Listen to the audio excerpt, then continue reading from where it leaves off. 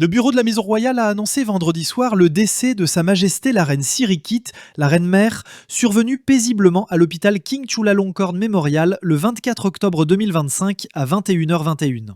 Elle était âgée de 93 ans. Selon le communiqué officiel, Sa Majesté résidait à l'hôpital depuis septembre 2019 sous la surveillance étroite de son équipe médicale. Le 17 octobre 2025, elle avait contracté une infection sanguine et malgré tous les efforts des médecins, son état s'est progressivement détérioré jusqu'à son dernier souffle.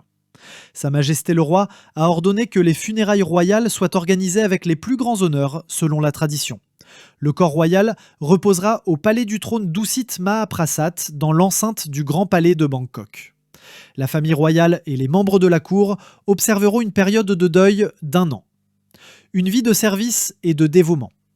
Née le 12 août 1932 à Bangkok, la reine Sirikit était la fille du prince Nakatra Mangala Kittiyakara et de Momluangboa Kittiyakara.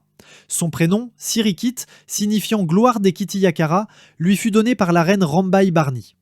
Durant son enfance, elle fit ses études à l'école Rajini, puis au couvent Saint-François-Xavier, où elle développa une passion pour le piano et rêvait de devenir concertiste. Après la Seconde Guerre mondiale, son père fut nommé ambassadeur du Royaume-Uni et la famille s'installa à Londres, puis à Paris. C'est là qu'elle fit la rencontre du roi Bhumibol Adulyadej, alors en convalescence après un accident de voiture. Une profonde affection naquit entre eux.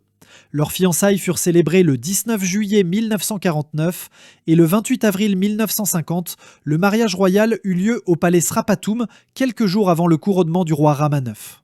Une reine, une mère, une régente. Le couple royal eut 4 enfants, la princesse Ubol-Ratana, le prince Vajiralongkorn, aujourd'hui roi Rama X, la princesse Sirindorn et la princesse Chulaborn. En 1956, lorsque le roi entra dans les ordres bouddhistes selon la tradition, la reine Sirikit fut nommée régente du royaume, un rôle historique rarement confié à une femme dans l'histoire thaïlandaise.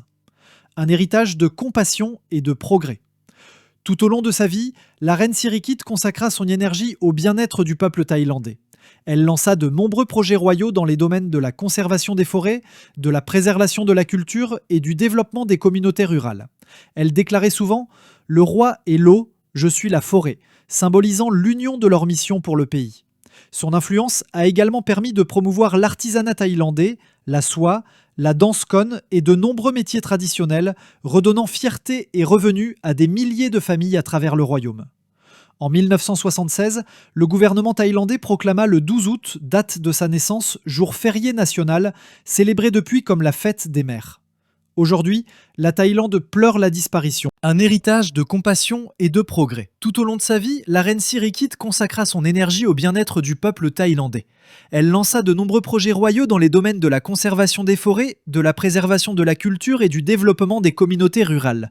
Elle déclarait souvent « Le roi est l'eau, je suis la forêt », symbolisant l'union de leur mission pour le pays. Son influence a également permis de promouvoir l'artisanat thaïlandais, la soie, la danse khon et de nombreux métiers traditionnels, redonnant fierté et revenus à des milliers de familles à travers le royaume. En 1976, le gouvernement thaïlandais proclama le 12 août, date de sa naissance, jour férié national, célébré depuis comme la fête des mères. Aujourd'hui, la Thaïlande pleure la disparition d'une reine aimée et respectée qui a consacré plus de 70 ans à servir son peuple avec grâce, dévotion et humanité. Sa Majesté la reine Sirikit, la reine-mère, restera à jamais dans le cœur des Thaïlandais comme le symbole de la bienveillance et de l'amour maternel du royaume.